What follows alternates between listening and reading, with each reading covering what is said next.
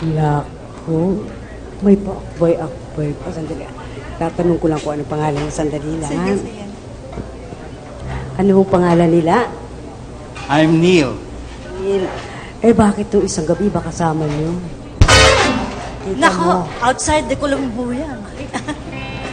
Ay, happy birthday, Mami. Alam mo, siguradong matutuwa ang lola mo dito sa pagkain na lang sa kanya. Loloy, wala po bang pagkain dito? Kaya nalasin natin si Loloy? Meron naman siguro ako. Kaya lang minsan, busy siya kaya nakakalimutan niyang kumain na. Alam mo ba, ang mga sundalo, bago sumabak sa gera, kailangan meron ng laman ng tiyan nila para handa sila sa mahabang labanan.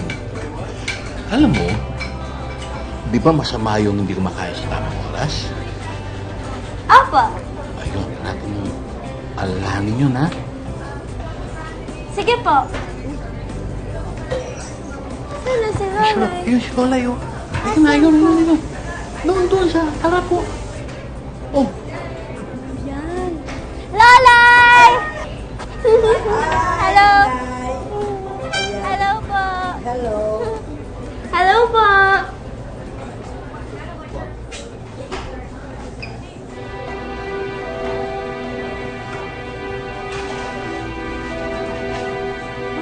Madama! Tulong! Madama!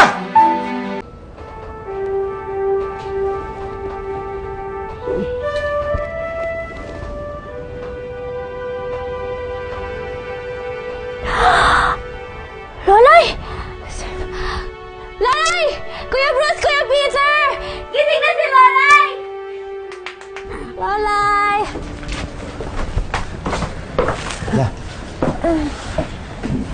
Bakit ba ako nandito sa bahay? Ano nangyari?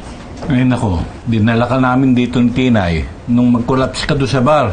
Kaya sabi nung doktor na tumingin sa'yo, low blood ka daw. Bawal daw po muna kayo magpuyat.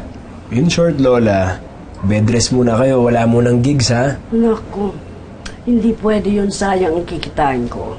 Ay nako, masayang ang buhay mo.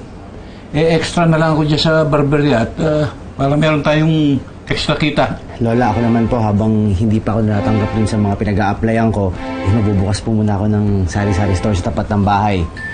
Business management naman po yung natapos ko, kaya may naipon naman po ako pampuhunan. La, ako po, titigil muna ako sa pag-aaral. Aba, hindi pwede yun. Importante ang pag-aaral. Eh la, si Lolo magtatrabaho, tsaka si Kuya. Sino mag-aalaga sa inyo? Ako! Ako mag-aalaga kay Lolay. Talaga aalagaan mo ko? Dati po, ako po yung inaalagaan nyo. Ngayon, ako naman po mag-aalaga sa inyo, Lolay. Para gumaling po kayo. Kain na po tayo, Lolay! Asa na yun? Ito, Tinay. Lolay, kailangan niyo po kumain para lumakas po kayo.